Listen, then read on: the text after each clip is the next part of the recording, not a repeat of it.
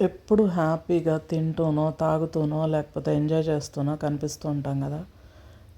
తెర వెనుక సినిమా రోజుకో పని ఉంటానే ఉంటుందండి. ఇలా గ్లాస్ వుడ్ వర్క్ అవ్వడం వల్ల ఇవి క్లీన్ చేసుకోవడం ఓ పెద్ద పనిలానే అనిపిస్తుంది.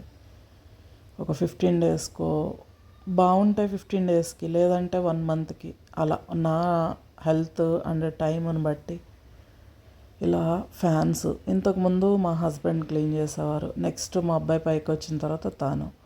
ఈ గ్రిల్స్ కూడా నాకు బర్డెనే అయిపోయింది. ఇవి లేకపోతేనేమో డోర్స్ క్లోజ్ చేసుకుని ఉండాల్సొస్తుంది. ఉంటేనేమో చక్కగా అన్ని డోర్స్ తీయడం వల్ల ఇల్లు చల్లగా హాయిగా ఉంటదనమాట.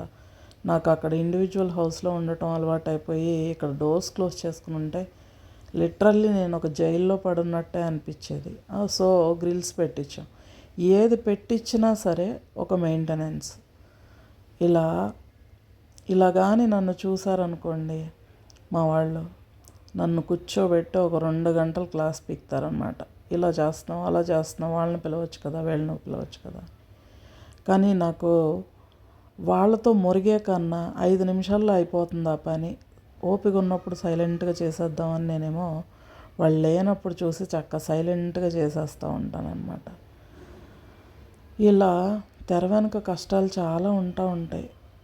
ఒక్కొక్క ఆనందం కోసం ఒక్కొక్క కష్టం అన్నమాట.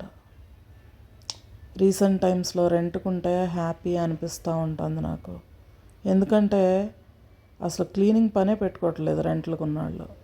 సో వాళ్ళు వచ్చేసరికి మాత్రం ఇలా దీపంలో వెలిగిపోతూ